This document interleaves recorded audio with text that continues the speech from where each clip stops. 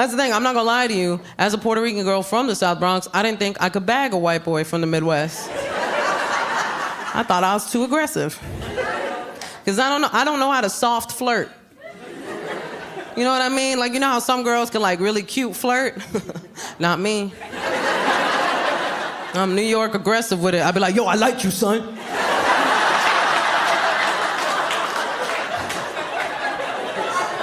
You trying to do this? Hey, yo, you trying to smash? Turns out he liked it. He was like, I'm scared, I'm gonna follow her. But I'm not gonna lie to you, man, moving from the Midwest to New York, what a culture shock. I couldn't start him in the South Bronx, you know what I mean? Like, I couldn't. That's not a starter borough, you know what I'm saying? Like, that's...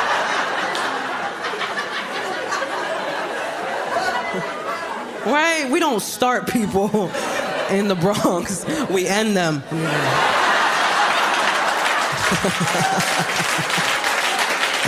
Don't shoot the messenger. Although we do, we shoot the messenger. Nobody getting messages. But we found a nice starter borough, Astoria, Queens, great starter borough, right? We moved there, man, I showed him all the artisan coffee shops. I was like, look, your people did that.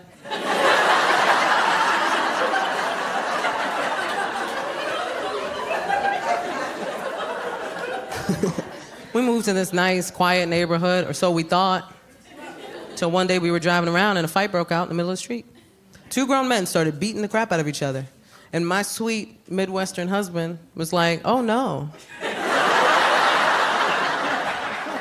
I should do something.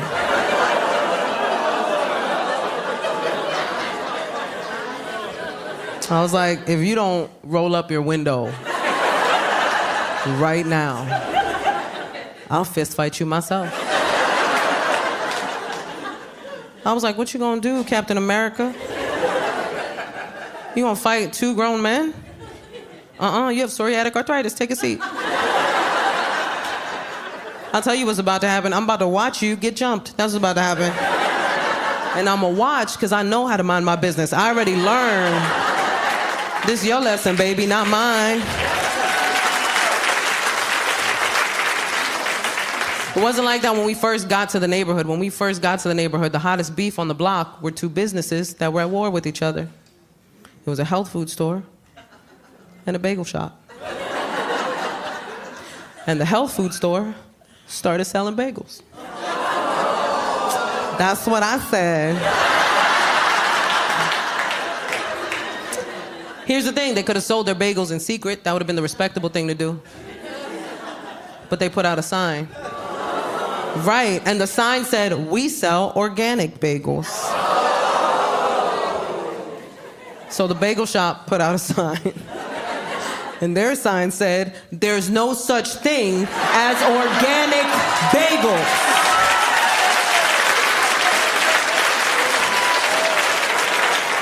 I saw that, I was like, the block is hot!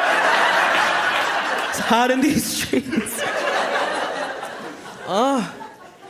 My favorite thing is like, people still, no matter how crazy it is in New York, people still want to come to New York. They still want to come. People dream of coming to New York. They always tell me it's my dream of going to New York City. And we know why. New Yorkers, we know why. You want something crazy to happen. You want to see something wild. You want your weird New York story. I always tell them, come. It'll happen. We aim to please. The homeless will always provide. I'm sorry, the unhoused. Cupcake? Cupcake? I don't know.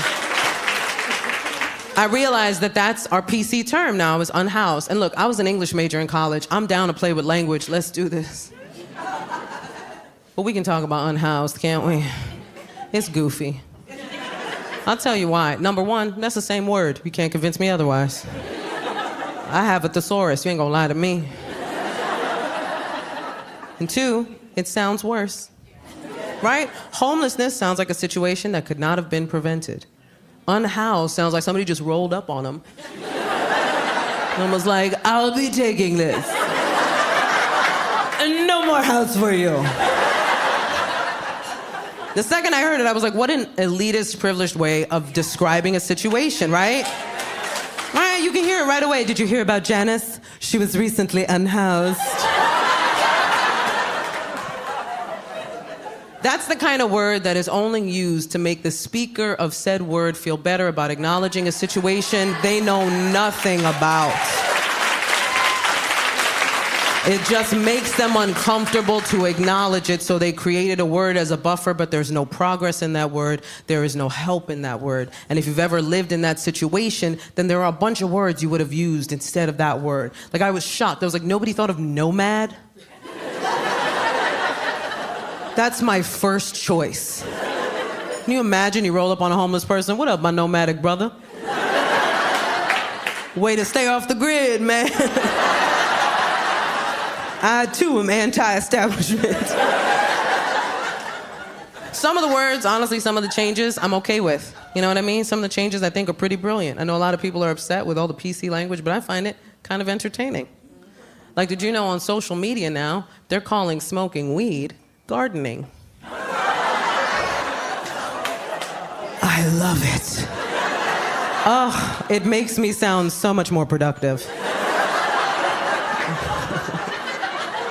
I've been gardening all day. Gardening helps me deal with people.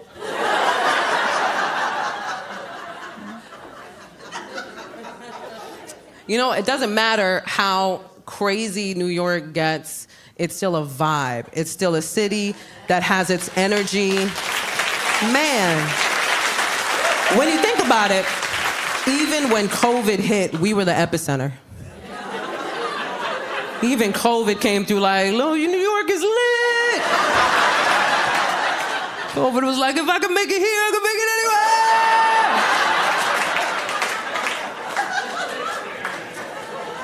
anywhere. Lived its best life. I remember when they released us, from COVID captivity. We got rid of that 6 feet of personal space day one. Day one, it was gone, man. We couldn't wait. I know, because I got on the subway, and within 2 seconds, I had a guy this close. Right in my face like that. I was like, sir, we're the only 2 people on this train.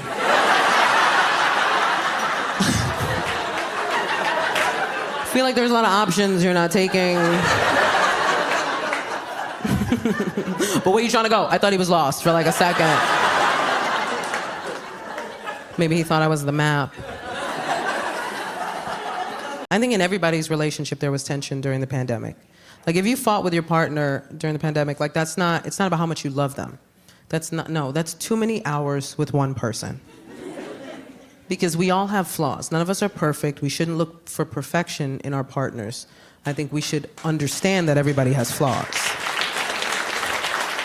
It's not about your partner being perfect, but it's about how you handle those imperfections you have in each other, along with each other. And I think that was the biggest issue. Nobody was prepared to be around their partner 24/7, uninterrupted. Look, my husband's biggest thing is he's a talker, which is never said as a compliment. That is a warning every time. Like, hey, he's a talker. Go with God. And people underestimate it all the time because they don't understand he's the type of talker that doesn't need anyone else for the conversation. Do you know these people? You know how many times I've been at home like, did I leave a podcast on? Like, who's bringing up random topics?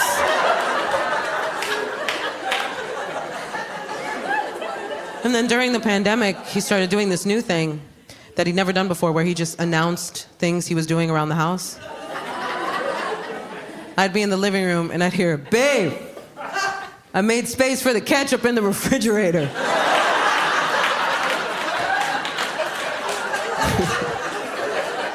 And I'd be like, good job, man.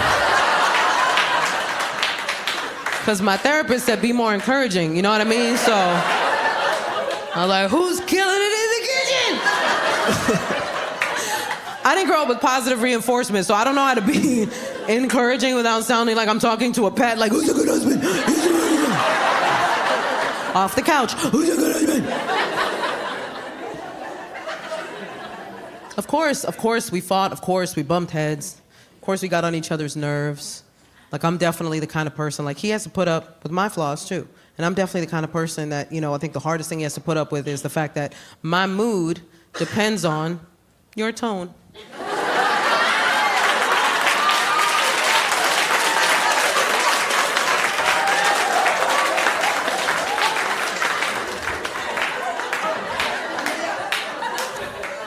You don't have to tell me. I know it's toxic. I'm aware. I'm working on it. It's not fun, you know what I mean? To be the kind of person that's always like, what'd you say? And at this point, we've established that when a woman says, what'd you say? She's not asking you to repeat what you said.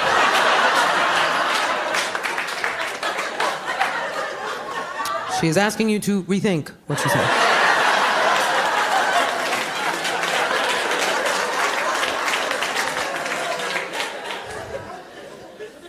It's not fun to have somebody walking on eggshells like that, you know what I mean? Like, what'd you say? Good morning?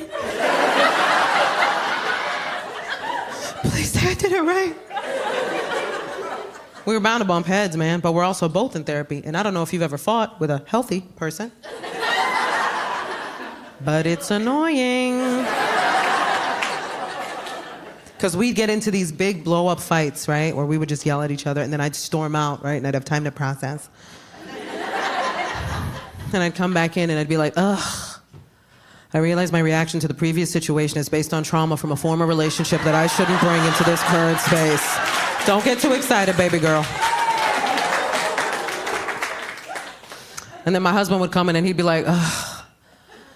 I want you to know that I hear you and I see you. I was like, I hate us. I don't want to be us, I want to jump us. I don't like us. I come from a family where you flip a table to make a point, you know what I'm saying? Like, this feels too healthy, you know what I'm saying? And I got a temper on me. I'm not proud of it, but it's something I know about myself, right? Like, I got one of those tempers where I'll get real mad, real bad, real fast. Yeah. And then 5 seconds later, I'm like, we're cool. They'll be like, Gina, you burned down the house. Okay, but I'm a new woman now. Yes, I burned down the house, but I also called the fire department. And in therapy, they call that growth. So, how about you respect my journey?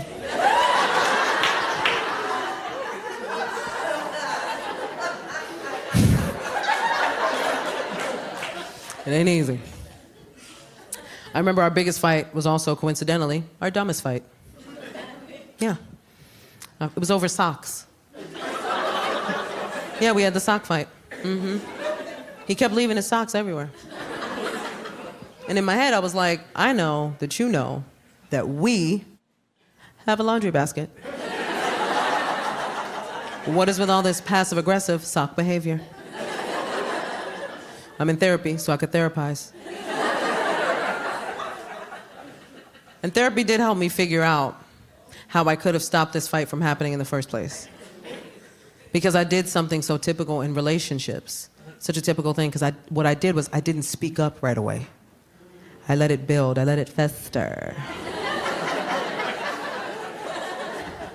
Such a common thing.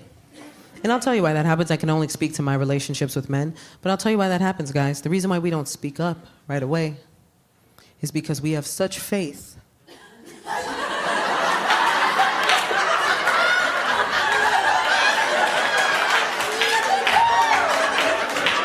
You already know. We have such faith in your ability to tell when we are upset. We truly believe you're gonna get all of our little subtle hints. Because that's what we do.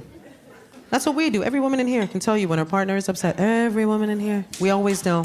We always know, man. I know. I can tell by the way he breathes.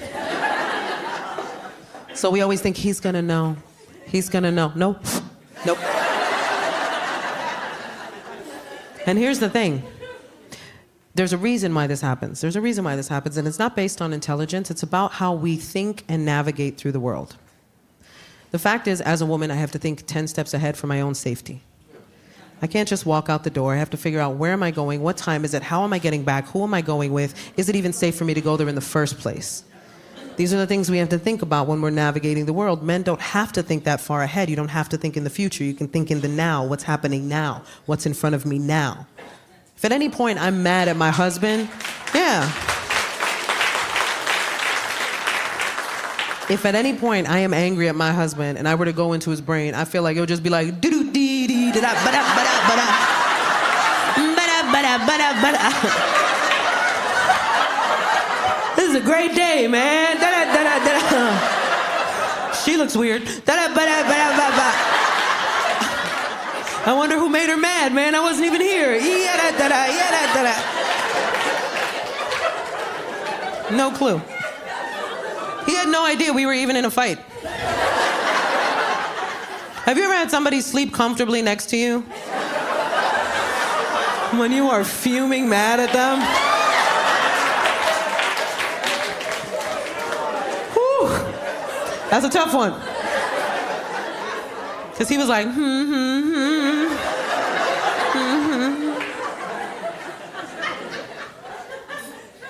And I was just up like, I've made you too comfortable. I let it fester, I let it build, and then one day I woke up and I was like, today's the day. You know when you feel the rage rising in your body before your feet touch the floor? I was like, somebody gonna get this rage. And I remember, I woke up, I was putting my son in his playpen. It was like 6 a.m. And I saw the Nike check from the corner of my eye. And if you've ever dealt with any kind of anger issues, then you know that at this point, I had to give myself a little pep talk. I was like, don't do nothing crazy. Don't do nothing crazy.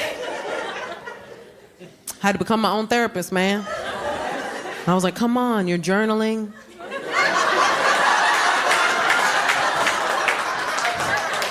You're meditating. You watched that one Brene Brown video.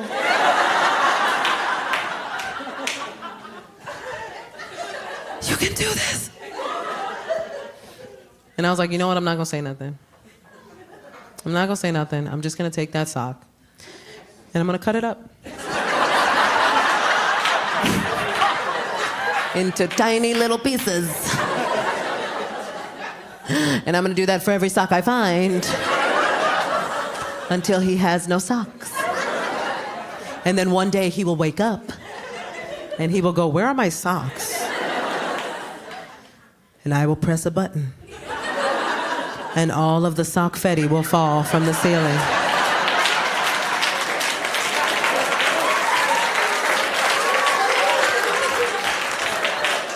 And I will go, ta-da! And then I will stab him because